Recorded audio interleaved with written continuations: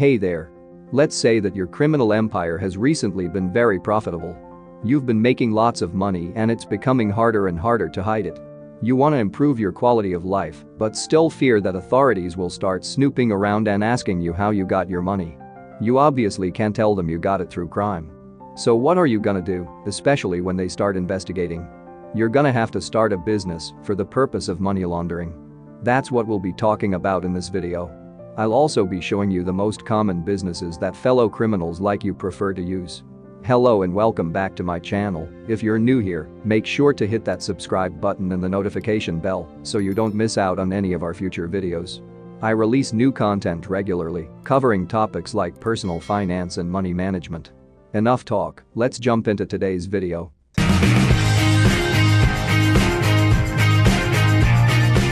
Money laundering is a process by which individuals or organizations attempt to conceal the origins of illegally obtained money, making it appear as though the money comes from legitimate sources. This illegal activity is often associated with various forms of financial crime, such as drug trafficking, terrorism financing, tax evasion, corruption, and organized crime. And when laundering money through business, not just any business can be used. It has to be of some specific type, it has to bring in some level of cash flow that doesn't raise eyebrows. Depending on where you live and the conditions there, the business shouldn't seem out of place. And even after you've started the business, it doesn't automatically mean that you can launder as much money as you want. If you live in a small town, for example, it's gonna be hard to justify tens of millions of dollars in revenue in your books. Especially if you are just running a small business like a hotel or a laundry place. The figures in your books need to be realistic, depending on the size of the business and the amount of money you are trying to clean. Now that you know this, let's move on. The process of money laundering typically involves three main stages. The first stage is placement. At this stage, the illicit funds are introduced into the financial system. This can be done by depositing cash into banks, purchasing valuable assets like real estate or expensive goods, or even transferring money between accounts in different countries. Stage number 2 we have layering.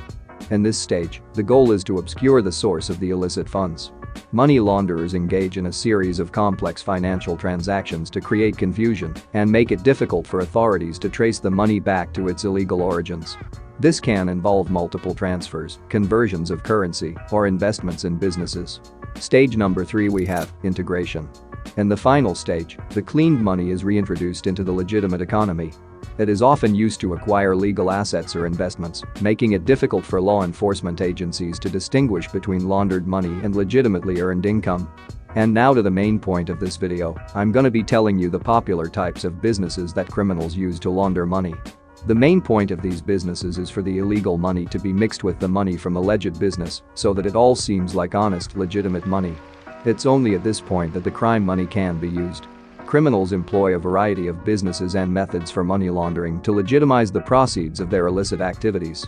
These businesses serve as fronts or vehicles for disguising the illegal origins of the funds. Some common types of businesses that criminals use for money laundering include number 1, real estate. Criminals may purchase high-value real estate properties using illicit funds. Real estate transactions offer an opportunity to move large sums of money and make it appear as though the money is coming from a legitimate property sale. Investing in real estate can dramatically increase your cash flow, hence making it much easier to mix the dirty money with the clean money. Not to mention that the property itself is still an asset that'll probably appreciate over time. Number 2, casinos and gambling. Money launderers may use casinos and gambling establishments to clean their funds. They can buy chips with illicit cash, gamble for a while, and then cash out with clean money, making it difficult to trace the fund's source. Casinos are very effective when it comes to money laundering. That's almost why when most people think of casinos they think of the mob.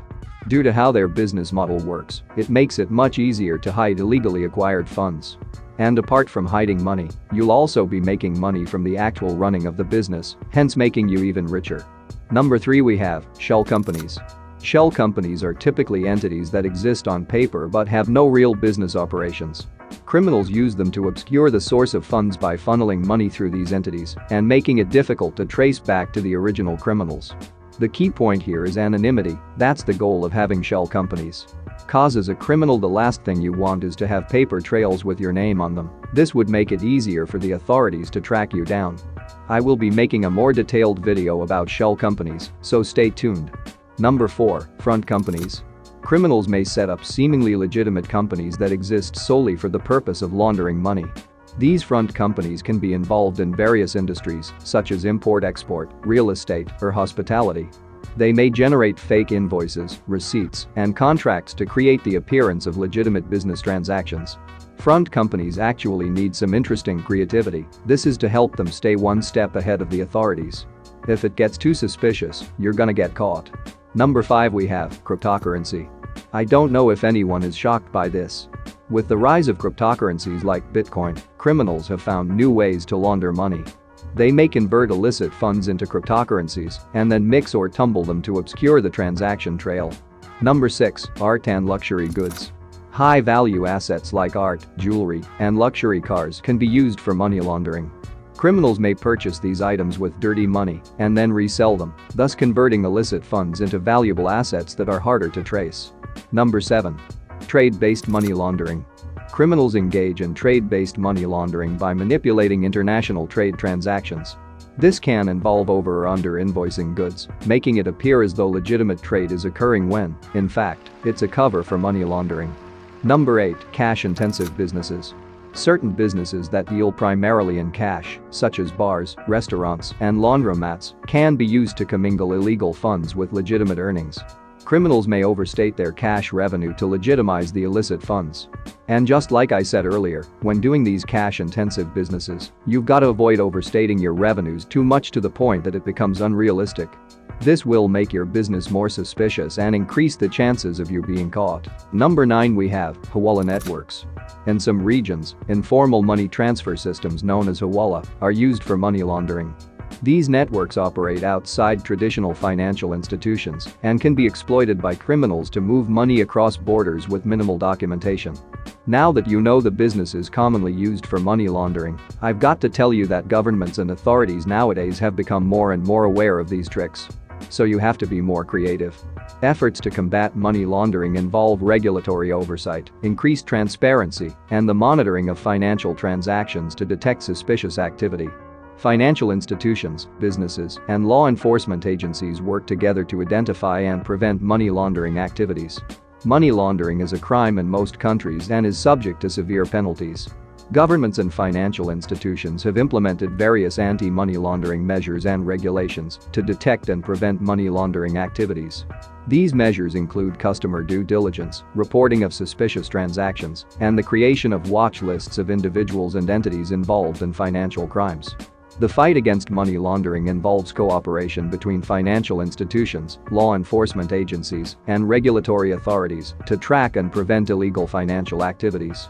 Additionally, international organizations such as the Financial Action Task Force, also called FATF, work to establish global standards and best practices to combat money laundering and terrorist financing.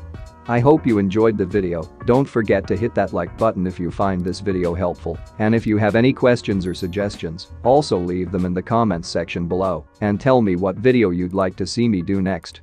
I'd love to hear from you. Goodbye.